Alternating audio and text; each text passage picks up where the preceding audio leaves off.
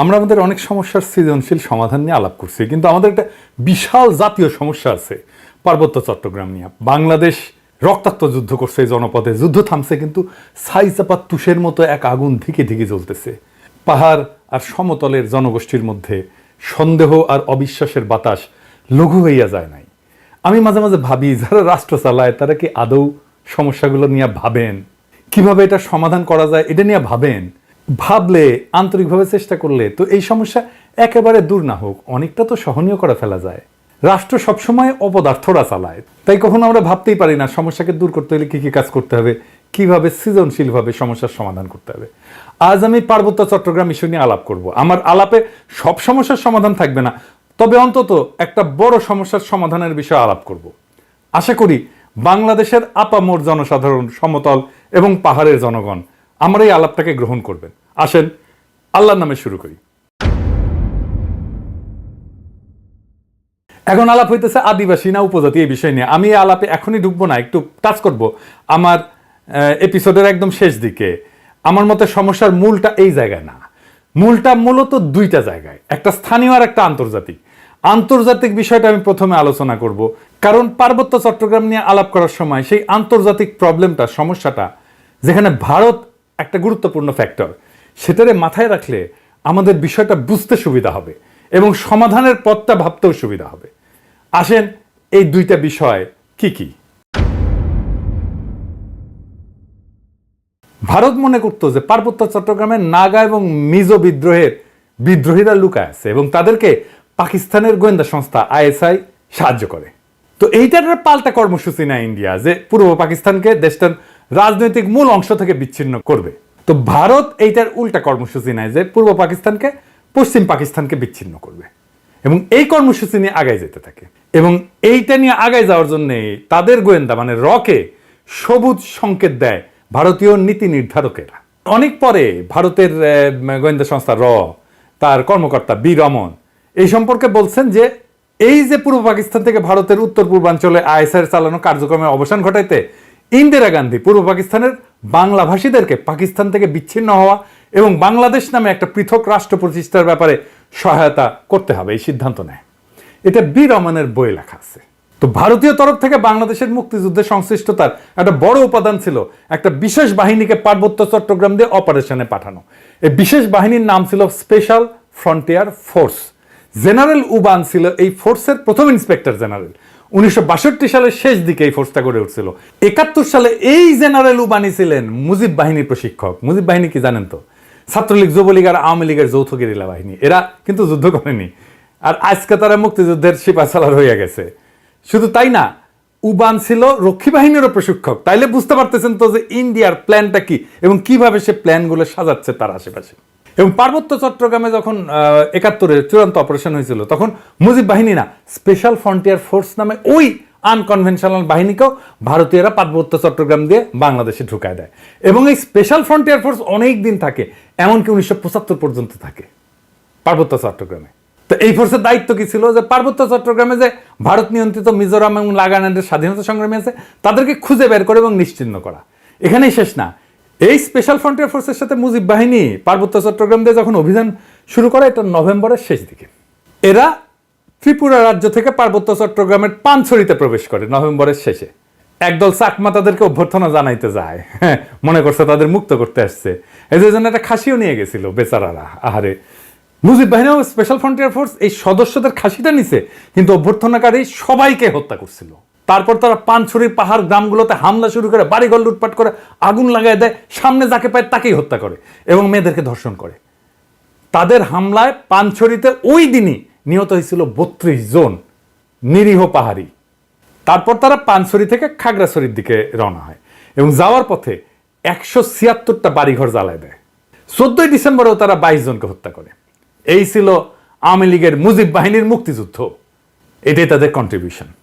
বাংলাদেশ থেকে ভারতীয় সামরিক বাহিনী চলে যাওয়ার সময় তাদের সেনাবাহিনীর এই স্পেশাল ফ্রন্টিয়ার ফোর্সকে রেখে দেওয়া হয় কক্সবাজারে। 72 সালের জুলাই পর্যন্ত পার্বত্য চট্টগ্রামে অপারেশন চালায়। তারপরে তারা প্রত্যাবর্তন করে। কিন্তু সবাই যে চলে গেছিল তা কিন্তু না, কারণ মুজিব যেদিন জয় বাংলা হয় না 1975-এ, ওই সময় পার্বত্য চট্টগ্রামে অপারেশন চালানো একটা ভারতীয় হেলিকপ্টার বিধ্বস্ত হয় রেকর্ড রে ভাই। মুজিব মূলত পার্বত্য চট্টগ্রামকে ভারতের হাতে তুলে দিছিল। আমি আর সেই ইতিহাসে গেলাম না, কিন্তু এখন পার্বত্য চট্টগ্রাম নিয়ে ইন্ডিয়ার পরিকল্পনাটা কি? ইন্ডিয়ার একটা দুর্বল জায়গা আছে চিকেন নেক, তাই না? আপনারা জানেন, যেটা দখল নিতে পারলে সেভেন সিস্টার জয় বাংলা হয়ে যাবে, আলাদা হয়ে যাবে। ইন্ডিয়া সেটা নিয়ে সবসময় একটা প্যারার মধ্যে থাকে। আমাদেরও একটা উইক জায়গা আছে, সেটা হইতেছে ফেনী, যা আমাদের বাংলাদেশ মূল ভূখণ্ডের সাথে পার্বত্য চট্টগ্রামকে যুক্ত করছে। ওই জায়গা দিয়া পার্বত্য চট্টগ্রামকে যদি আলাদা করে দিতে পারে ইন্ডিয়া, তাইলে চিকেন নেক নিয়ে তার না ভাবলেও চলবে, মুফতে একটা সমুদ্র বন্দর পাওয়া যাবে।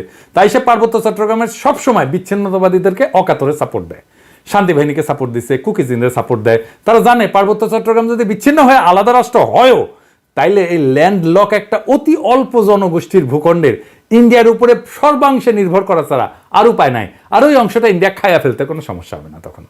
তবে আমরা এই সমস্যার কথা কম বেশি সবাই জানি। দ্বিতীয় যে সমস্যা, যেটার কথা আমরা একেবারেই জানি না, আলাপ করি না, সেই সমস্যাটা কি? আসেন সেটা নিয়ে আলাপ করি। এটা খুবই জটিল এবং কম আলোচিত সমস্যা। এই প্রসঙ্গে আমি আর একটা আলোচনা করে নিই, আপনাদের বুঝতে সুবিধা হবে।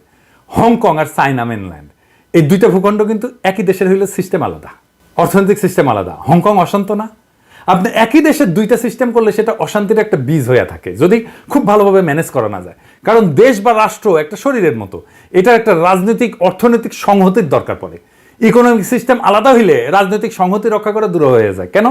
মার্কস বলছেন যে রাজনীতি হচ্ছে অর্থনীতির একটা ঘনীভূত রূপ। অর্থনীতি যেমন, সেটাই রাজনীতি হইয়া দেখা দেয়। কথাটা খুবই সত্য কথা। একটা দেশের ইকোনমি যেমন, তার রাজনীতিটাও তেমন।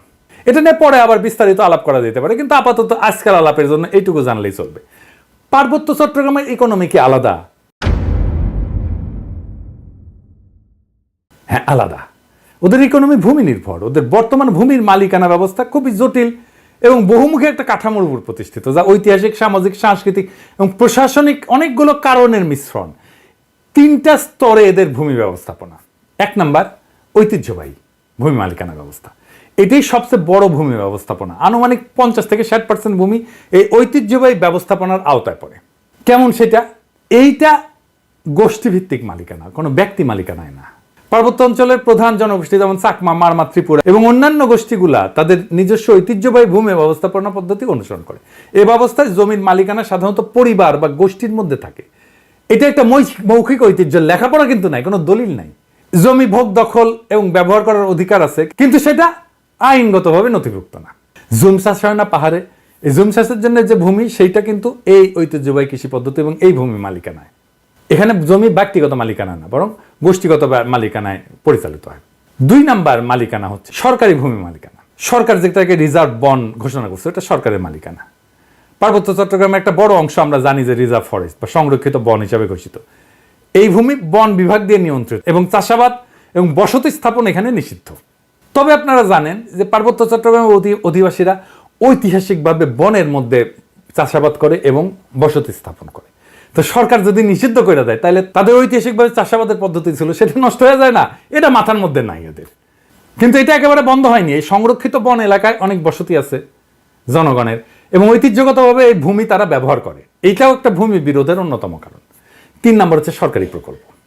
কাপ্তাই হ্রদ বাঁধ প্রকল্পের জন্য ব্যাপক ভূমি অধিগ্রহণ করা হয়েছিল, যা স্থানীয় জনগণের ভূমি হারানোর অন্যতম কারণ হয়ে দাঁড়িয়েছে।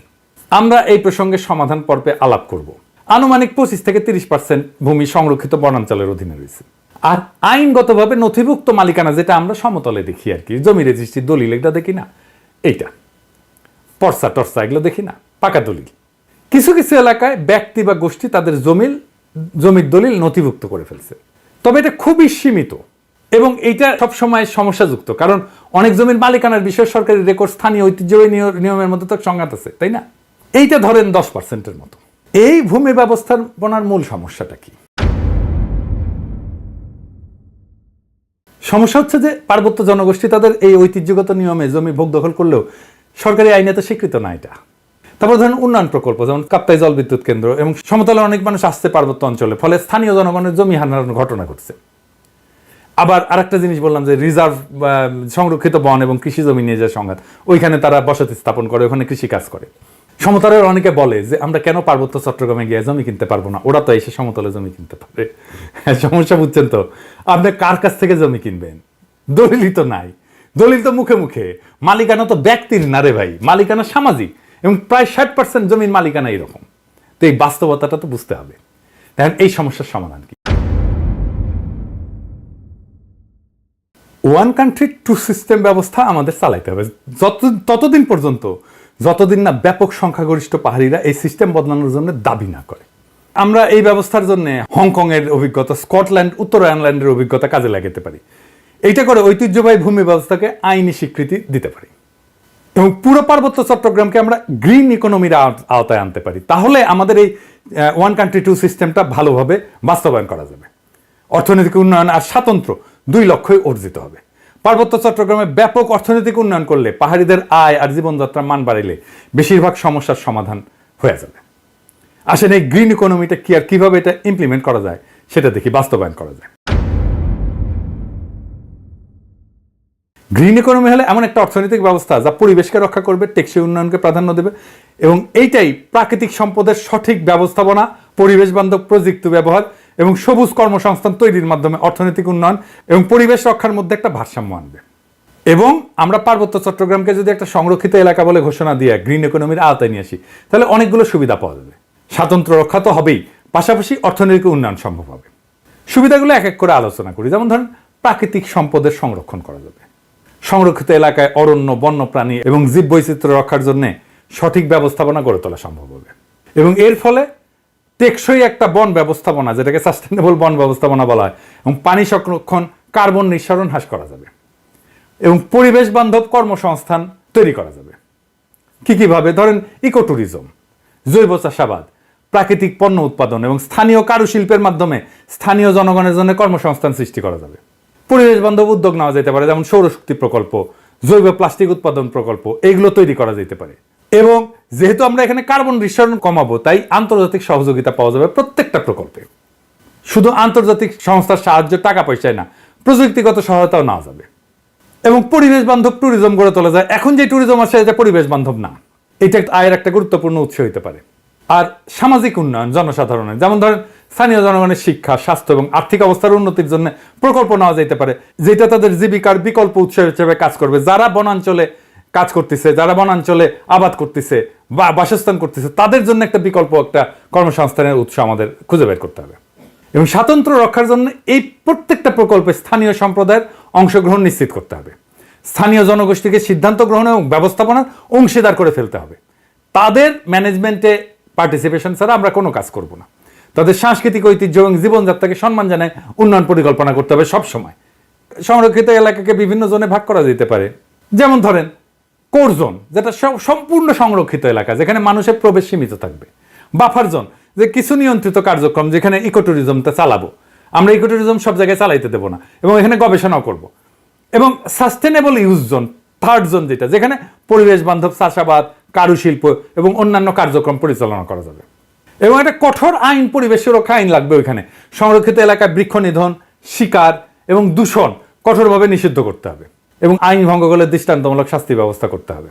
এবং আমরা পুরো সিস্টেমটা ঠিক মতো চলতেছে কিনা এটার জন্য প্রযুক্তির ব্যবহার করব, ড্রোন লাগাবো, স্যাটেলাইট ইমেজ ব্যবহার করব, যে সংরক্ষিত এলাকায় সার্বক্ষণিক আমরা নজরদারি করব যে কেউ আমাদের এই পরিবেশের ক্ষতি করতেছে কিনা।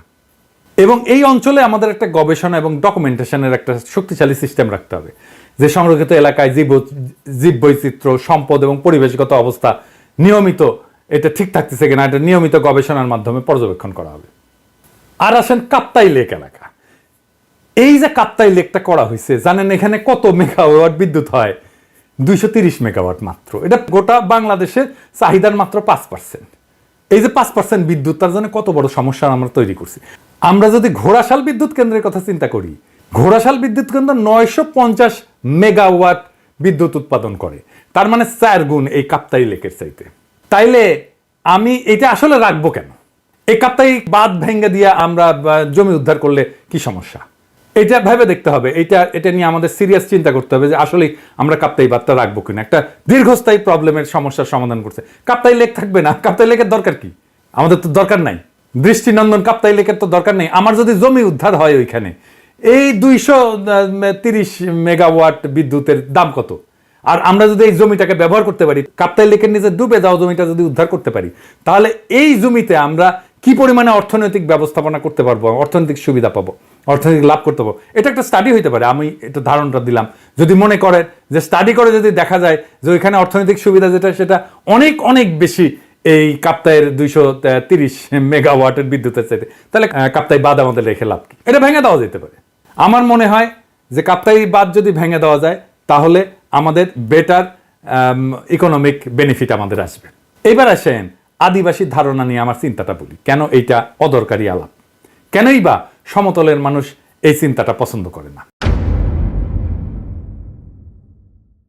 সমতলের মানুষ আদিবাসী ধারণা নিয়ে কি মত পোষণ করে সেটা বলার আগে বোমাং রাজা কি ধারণা পোষণ করে সেটা শুনি, আসেন শোনেন, ওনার কথাই শোনেন। আমার নাম অংশটু চৌধুরী। আপনারা বলেন আমরা actually we are not tribal, আমরা আদিবাসী নয়। আমরা ছিলাম বার্মাতে। কারখানের সম্রাট মাংরাজগিরি, উনি বোমাং রাজাকে 1614 সালে সরকার গভর্নর অফ চিটাগং, টেকডম রাজার গভর্নর ছিল। Fifth man entered into Chittagong Hills, বর্ধমানে, বোমাঙ্গি কমলাপুর 1727 সালে। 283 বছর আগে আমরা এখানে যুক্তি।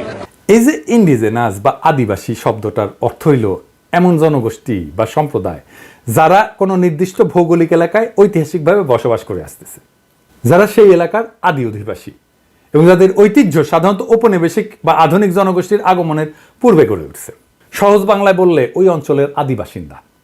রেড ইন্ডিয়ানরা যেমন আমেরিকার আদিবাসিন্দা, আপনারা তো সেটা না পাহাড়ি ভাইরা। তারপরে যখন এই শব্দ ব্যবহার করার জন্য চাপাচাপি করেন তখন বাকি দেশের মানুষ এটাকে সন্দেহের চোখে দেখবেই। এটাও বুঝতে হবে। তারা জানে আদিবাসীরা যদি দাবি করে যে তাদের মানবাধিকার লঙ্ঘিত হচ্ছে, তাহলে আন্তর্জাতিক সম্প্রদায় তাদের আলাদা রাষ্ট্রের দাবিকে সমর্থন জানায়, সেই দাবিকে মেনে নিতে বাধ্য করতে পারে। আর আপনাদের তো জুম্মল্যান্ড সংক্রান্ত দাবি আছেই, আর ইন্ডিয়ার তো ফুসলানো আছেই, তাই না? এবং ইন্ডিয়া তো চায় এটাকে আলাদা করে নিয়ে একটা আলাদা তাদের মধ্যে খেয়ে ফেলতে। তো সন্দেহ তো যৌক্তিক। আপনারা যদি মনে করেন আদিবাসী শব্দটা আপনাদের আলাদা সুবিধা দেবে, আপনি বাংলাদেশ রাষ্ট্রের কাছে চান সেই সুবিধা, তাইলে আলাপ তো করা যেতেই পারে ওইটা নিয়ে। কিন্তু সে আলাপে না যায় যদি বলেন দেখিস আকাশে কি সুন্দর চাঁদ উঠিছে, তাহলে হবে।